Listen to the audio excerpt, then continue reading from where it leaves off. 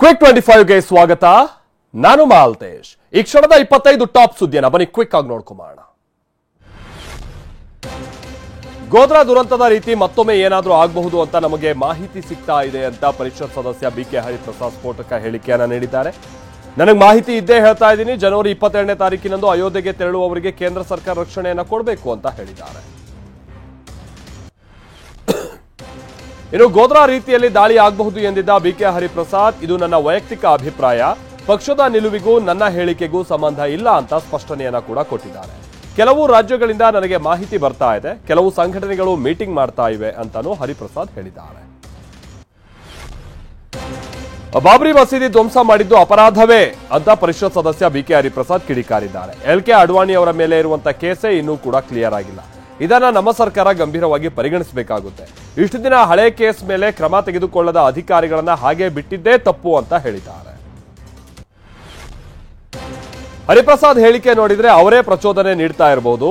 ರಾಮ ಮಂದಿರ ಉದ್ಘಾಟನೆ ದಿನ ಏನಾದ್ರೂ ಆದ್ರೆ ಅದಕ್ಕೆ ಹರಿಪ್ರಸಾದ್ ಅವರೇ ಕಾರಣ ಆಗ್ತಾರೆ.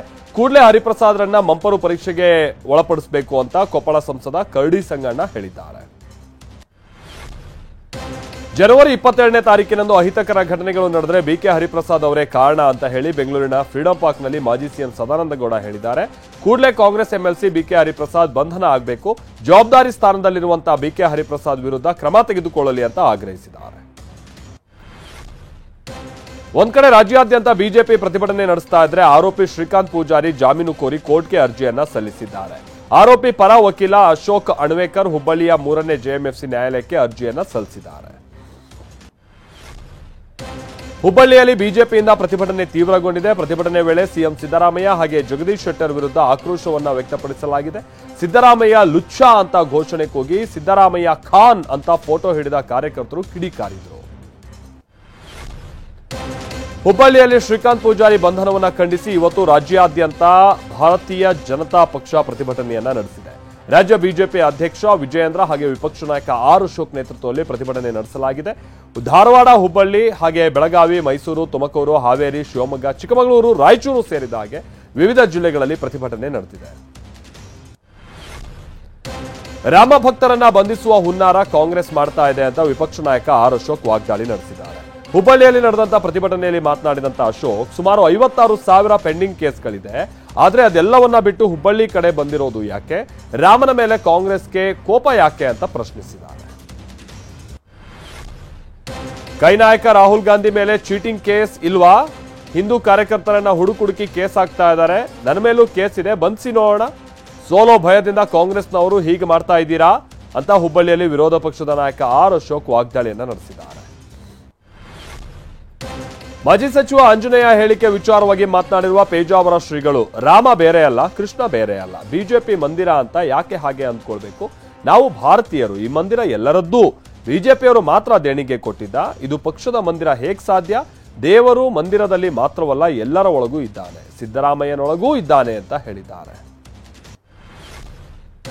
ಬೆಂಗಳೂರು ಉತ್ತರ ಲೋಕಸಭಾ ಕ್ಷೇತ್ರದ ಮೇಲೆ ಡಿಕೆ ಶಿವಕುಮಾರ್ ಕಣ್ಣು ಹಾಕಿದ್ದು, ಮಹದೇವಪುರ, ಕೆಆರ್ ಪುರಂ ಕ್ಷೇತ್ರದಲ್ಲಿ ಬೃಹತ್ ಜನಸ್ಪಂದನ ಕಾರ್ಯಕ್ರಮ ಆಯೋಜಿಸಿದ್ದಾರೆ.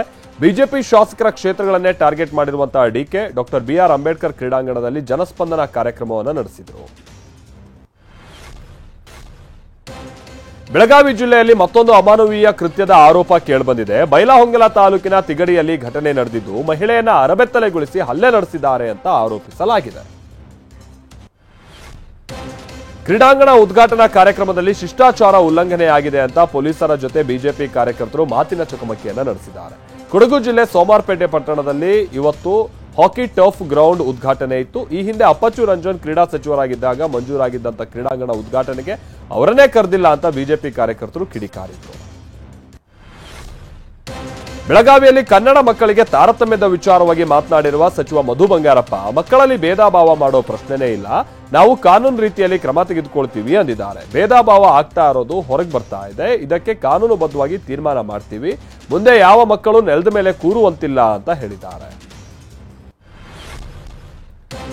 ದೆಹಲಿ ಅಬಕಾರಿ ನೀತಿಯಲ್ಲಿ ನಡೆದಿದೆ ಎನ್ನಲಾದ ಅಕ್ರಮ ಪ್ರಕರಣಕ್ಕೆ ಸಂಬಂಧಪಟ್ಟ ಹಾಗೆ ದೆಹಲಿ ಸಿಎಂ ಅರವಿಂದ್ ಕೇಜ್ರಿವಾಲ್ ಇವತ್ತು ಮತ್ತೊಮ್ಮೆ ಇಡಿ ವಿಚಾರಣೆಗೆ ಗೈರಾಗಿದ್ದಾರೆ. ಈ ಮೂಲಕ ಅರವಿಂದ್ ಕೇಜ್ರಿವಾಲ್ ಸತತ 3ನೇ ಬಾರಿಗೆ ಇಡಿ ವಿಚಾರಣೆಗೆ ಗೈರಾದಂತಾಗಿದೆ. ಅರವಿಂದ್ ಕೇಜ್ರಿವಾಲ್ ಅವರನ್ನ ಪ್ರಕರಣದಲ್ಲಿ ಸಿಕ್ಕಾಕ್ಸೋದಕ್ಕೆ ಷಡ್ಯಂತ್ರ ನಡೆಸಲಾಗ್ತಾ ಇದೆ ಅಂತ ಆಪ್ ಆರೋಪಿಸ್ತಾ ಇದೆ.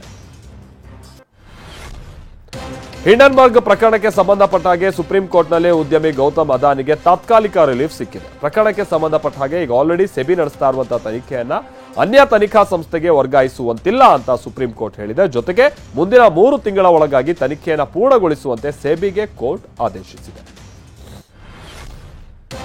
ಲೋಕಸಭಾ ಚುನಾವಣೆಗೂ ಮೊದಲೇ ಪೌರತ್ವ ತಿದ್ದುಪಡಿ ಕಾಯ್ದೆ ಅಂದ್ರೆ ಸಿಎಎ ನಿಯಮಗಳನ್ನ ಜಾರಿಗೆ ತರುವ ಸಾಧ್ಯತೆ ಇದೆ. ಈ ಬಗ್ಗೆ ಸರ್ಕಾರದ ಹಿರಿಯ ಅಧಿಕಾರಿಯೋರ್ವರು ಮಾಹಿತಿಯನ್ನ ನೀಡಿದ್ದು, ಶೀಘ್ರವೇ ನಿಯಮಗಳು ಜಾರಿಯಾಗಲಿದೆ ಅಂತ ಹೇಳಿದ್ದಾರೆ. ರಜಪೂತ ಕರ್ಣಿ ಸೇನೆಯ ರಾಷ್ಟ್ರೀಯ ಅಧ್ಯಕ್ಷನ ಹತ್ಯೆ ಪ್ರಕರಣಕ್ಕೆ ಸಂಬಂಧಪಟ್ಟ ಹಾಗೆ ಹರಿಯಾಣ, ರಾಜಸ್ಥಾನದ 31 ಸ್ಥಳಗಳಲ್ಲಿ ಎನ್ಐಎ ರೇಡ್ ನಡೆಸಿದೆ. ಮನೆ ಕಚೇರಿಗಳ ಮೇಲೆ ದಾಳಿ ನಡೆಸಿ ಅಧಿಕಾರಿಗಳು ಪರಿಶೀಲನೆ ನಡೆಸಿದ್ದಾರೆ. ಡಿಸೆಂಬರ್ 5ನೇ ತಾರೀಕಿನಂದು ಸುಖದೇವ್ ಸಿಂಗ್ ಬರ್ಬರ ಹತ್ಯೆ ನಡೆಸಲಾಗಿತ್ತು. ಈ ವೇಳೆ 3 ದುಷ್ಕರ್ಮಿಗಳು ಅವರ ಮೇಲೆ 15ಕ್ಕೂ ಹೆಚ್ಚು ಸುತ್ತು ಗುಂಡು ಹಾರಿಸಿ ಹತ್ಯೆಯನ್ನ ಮಾಡಿದ್ದರು.